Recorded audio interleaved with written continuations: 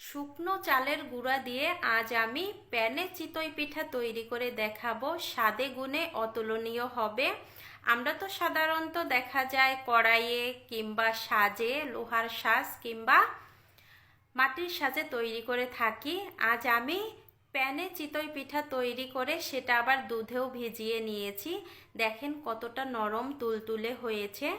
চলুন মূল রেসিপিতে চলে যাই। প্রথমে এখানে শুকনা চালের গুঁড়া নিয়েছি আমি 2 কাপের মতো। চায়ের কাপের মেপে নিয়েছি আমি। তারপরে স্বাদ মতো লবণ দিয়ে দিলাম। আর চালের গুঁড়াটা কতটা শুকনো সেটা একটু দেখিয়ে দিচ্ছি।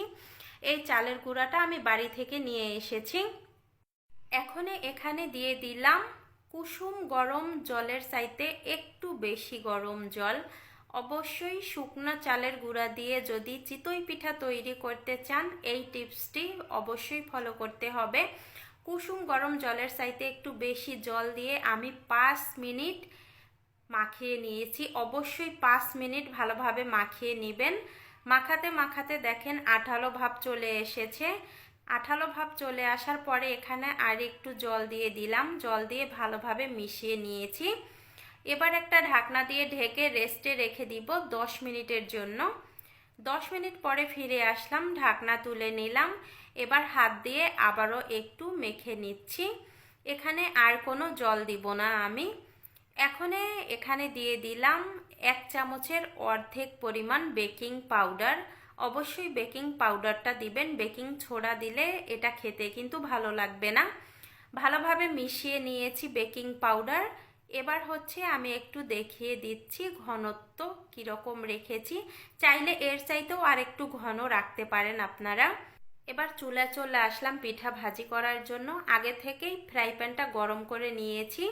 আর গ্যাসের ফ্লেমটা অবশ্যই আপনারা লোর চাইতে একটু বেশিতে রেখে দিবেন। আমি অল্প পরিমাণে একটু ব্যাটার দিয়েছি, তারপরেই দেখেন হাজার হাজার ছিদ্র হয়েছে। এবার ঢাকনা দিয়ে ঢেকে 2 মিনিট রেখে দিব। 2 মিনিট পরে আমি ঢাকনা তুলে নিলাম। পিঠাটা হয়ে গেছে এই দেখেন।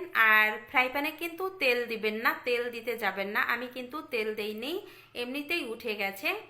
এবার আমি আরও একটু ব্যাটার দিয়ে দিলাম অন্য একটা পিঠা তৈরি করার জন্য।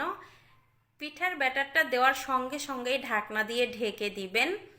এই তো 2 মিনিট পরে ঢাকনা তুলে নিলাম। এখনই পিঠাটা উঠিয়ে নিব। দেখেন হাজার হাজার ছিদ্র হয়েছে। সবগুলো পিঠা আমি সেমভাবেই তৈরি করে নিয়েছি। এবার আমি পিঠাগুলো দুধে ভিজিয়ে নিব। আগে থেকেই এই যে দুধটা আমি জাল করে নিয়েছি চিনি দিয়ে। এখন আবারও আমি ভালোভাবে ফুটিয়ে নিয়েছি। গরম দুধের মধ্যে এই পিঠাগুলো এবার দিয়ে দিব। একেবারে সহজভাবেই আপনারা এই পিঠাটা তৈরি করে দুধে ভিজিয়ে খেতে পারেন। এমনকি যে কোনো ভর্তা দিয়ে খেতে পারেন, অসাধারণ হবে কিন্তু খেতে। আমি এই পিঠাটা দুধের মধ্যে 20 থেকে 30 মিনিট ঢাকনা দিয়ে ঢেকে রেখে দিয়েছিলাম। 30 মিনিট পরে ফিরে আসলাম।